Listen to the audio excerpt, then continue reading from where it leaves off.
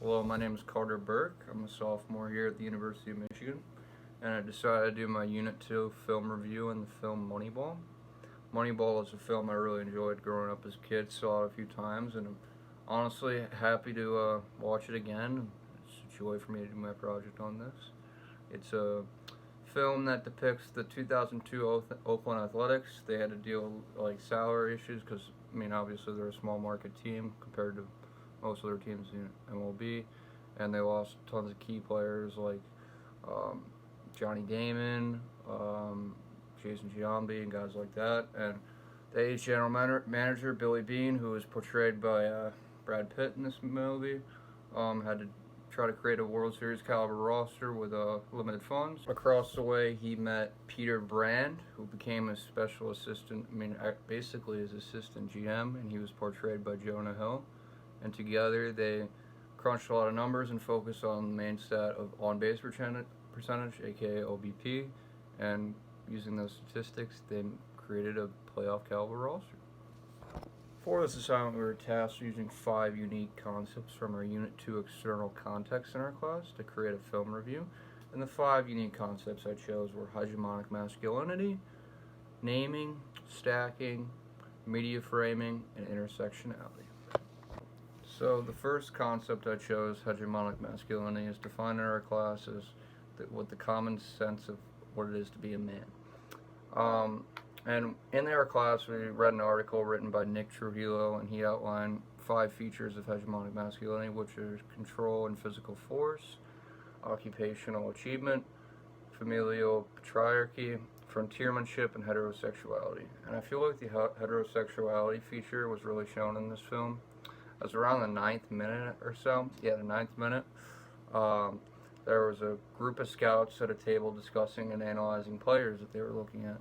And a player by the name of Perez gets brought up, and one of the guys goes on to say that he has an ugly girlfriend, and he thinks she's a 6 out of 10, and that means he lacks confidence. And then the other guy, in his words, not mine, said that he's sort of got an attitude to him, and it's almost like he's walking around the clubhouse with his dick out of his pants every 2 minutes, which I thought was a very, very strong comment and really signified the concept of hegemonic masculinity and what people think it means to be a man, especially talking about the girlfriend for the first guy.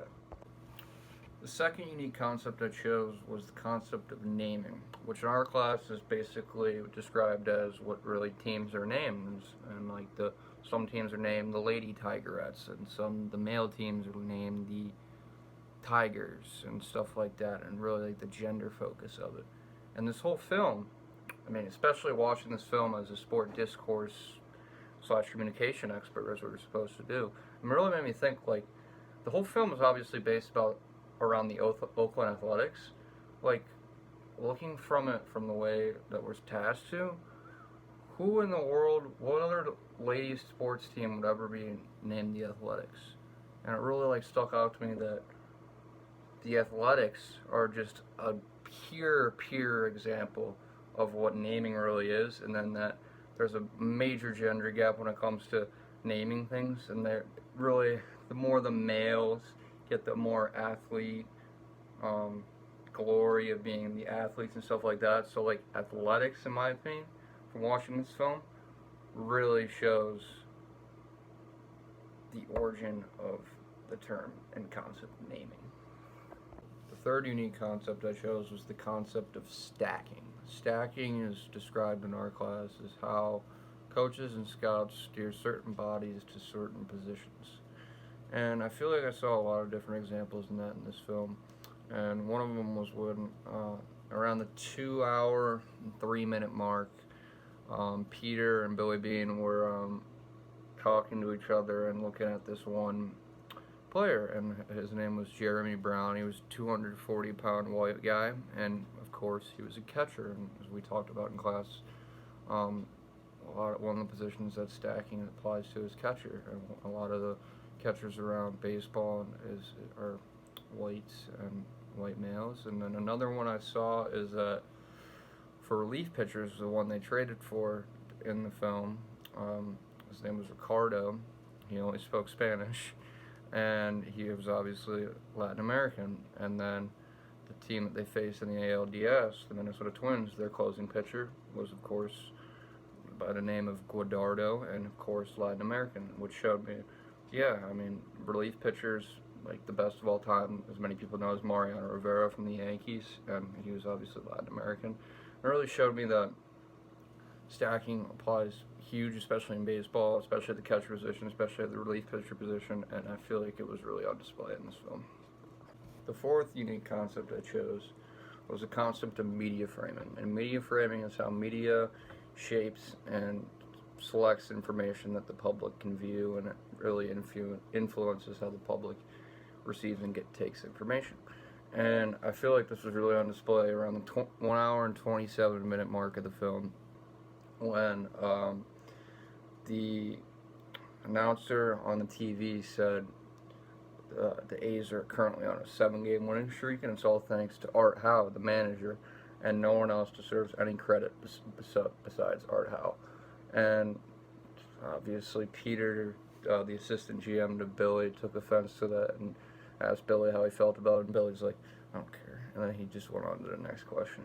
I mean, it just showed me, like, that instance right there is how the media can present information to say that, oh, the manager's doing everything right, and that he isn't giving anybody credit or anyone else. And when in reality, if you watch the film and you know everything that's going on behind the scenes at the time, it's really all Billy doing the work and Peter who are creating this team from the ground up, and it's really not all the manager's doing, but the media framed it in a way to make the public view it that it is.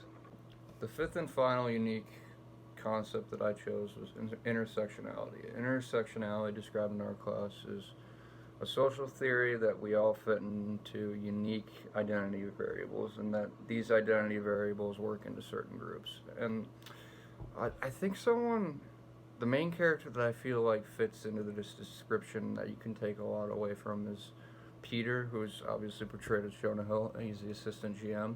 I mean, he's a white male, just like everyone else he's working with.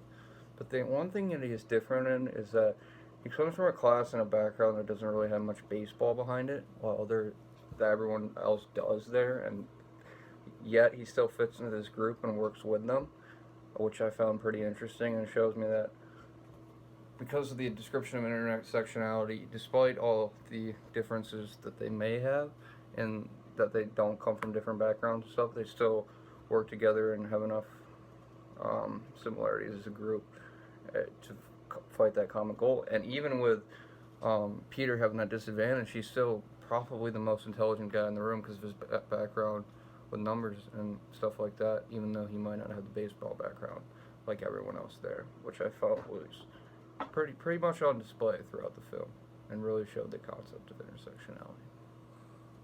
In conclusion, I came away with a lot of different thoughts and information from this film that I really hadn't before, because like I said, this is one of my favorite films growing up. I love this film. I've seen it multiple times. Moneyball is one of my favorite movies out there, and it's honestly an inspiration to me because it honestly might be something I want to do when I grow up, and I love the sport of baseball and everything about it, but rewatching it with a more of a communication/sport discourse kind of focus on being an expert and focusing in on that, I really kind of came away with some different things that I didn't think I would have at first from watching this film. And I really noticed the gender gap and things, talking about how teams do things in the locker room, hegemonic masculinity, the heterosexuality part of it, as I talked about the stacking point of view, how I never really thought of how certain racial types go to certain positions, but rewatching it and like focusing on it from that point of view,